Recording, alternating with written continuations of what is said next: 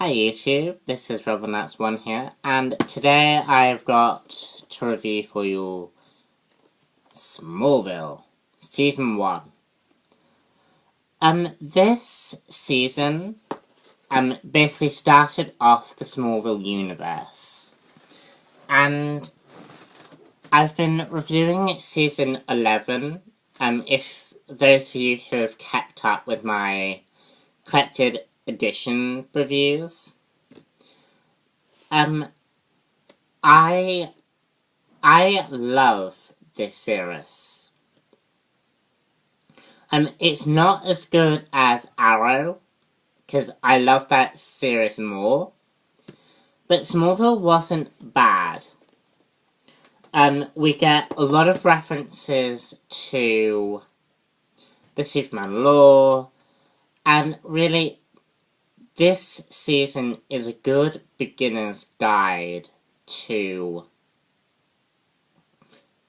Smallville, to Superman. Like, Smallville was one of the many series that actually got me into comic books. Because although I would pick up comic books, Season 11 of Smallville really got me into comics. And seeing the beginning of Smallville is always fun. Like, I have 2 copies of this season. I have an American copy and I have the British copy. And I liked seeing we see Clark Kent as he begins his journey. And it's, think of Superman, the movie, the one with Christopher Reeve, and you will slowly begin to pick up on, this is that Superman, really. So it starts off with Clark Kent coming to Earth after Krypton is exploded. And he's found by Martha and Jonathan Kent. And is raised as their son. And then several years later, Clark has his powers, such as speed and strength. He also acquires X-ray vision in this season. And so he slowly starts to begin his journey into becoming Superman. Clark meets Lex Luthor in this series. He's best friends with Pete Ross. He starts developing a romantic / friendship with Lana Lang. We also have Chloe Sullivan, who, can I say on record, it is a wonderful character. She really is. But in the later seasons, Chloe, in the beginning seasons, did start to become a bit annoying. But in Season 1, she was perfectly well-rounded as an introductory piece. And basically, Clark then starts to find out about meteor rocks and meteor freaks. And basically, each of these meteor freaks had some sort of exposure to green meteor rock, and Clark slowly begins to learn that maybe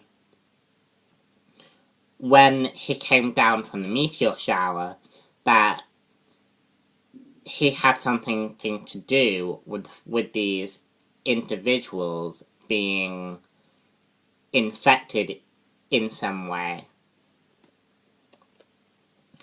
and takes it upon himself to help these individuals with their powers. And something that is very, very unique in this series is that some of the characters being presented have this sort of instinctual ability. Particularly with the first sort of characters that were introduced as meteor freaks.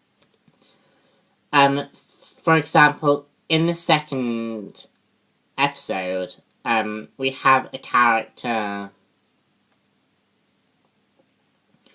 who gets infected by bugs and sort of begins to take on bug-like qualities.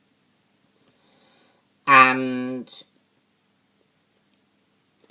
he sort of slowly and surely, in his mind, he begins to take on, again, those qualities. And it's very interesting, because each of these instinctual things affect their psychosis. And I was absolutely fascinated with that concept. And we also get several pieces about the future of Lex and Clark's eventual relationship as enemies. We also get hints about Clark's destiny as Superman. Yeah, this season was just... It was a good introductory piece to the season. And each of the characters had good progression. The only thing that I didn't like in this series was the fact that Pete Ross had got nothing to do in this season, which I will talk about later as I go on to review other seasons about that problem, because it is one of the major problems with the beginning parts of Smallville. So yeah, it's a great season. Go pick it up. I think you'll enjoy it. That's me out, and I shall see you all later. Bye!